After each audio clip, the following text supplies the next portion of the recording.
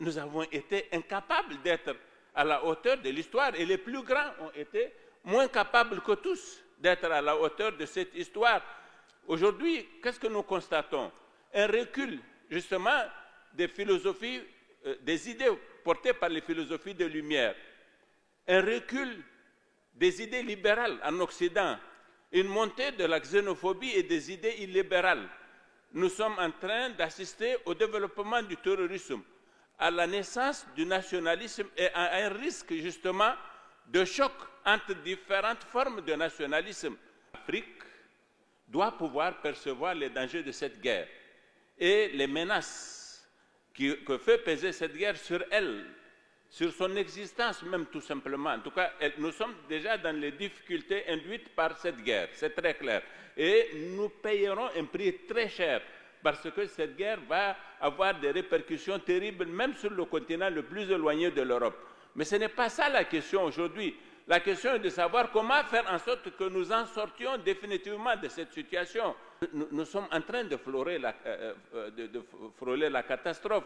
Donc réfléchissons pour faire en sorte que nous prenions les mesures, grâce à la diplomatie justement, de nature à prévenir ce genre de risque.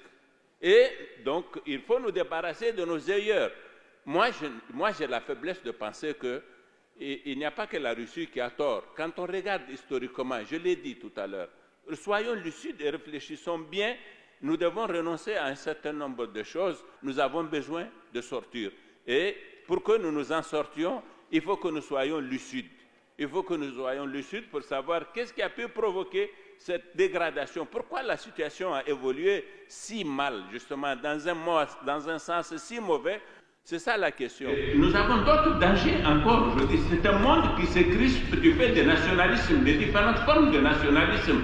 La tension aujourd'hui entre la Russie et l'Occident, demain ça pourrait être entre la Chine et les États-Unis ou avec l'Occident de façon générale.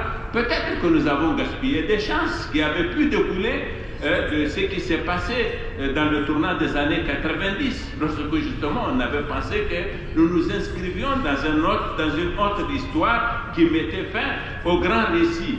Il nous faut inventer un récit aujourd'hui. Nous sommes bien obligés, de mon point de vue, madame, africains comme les autres. Thank you very much for that. And as we conclude our panel,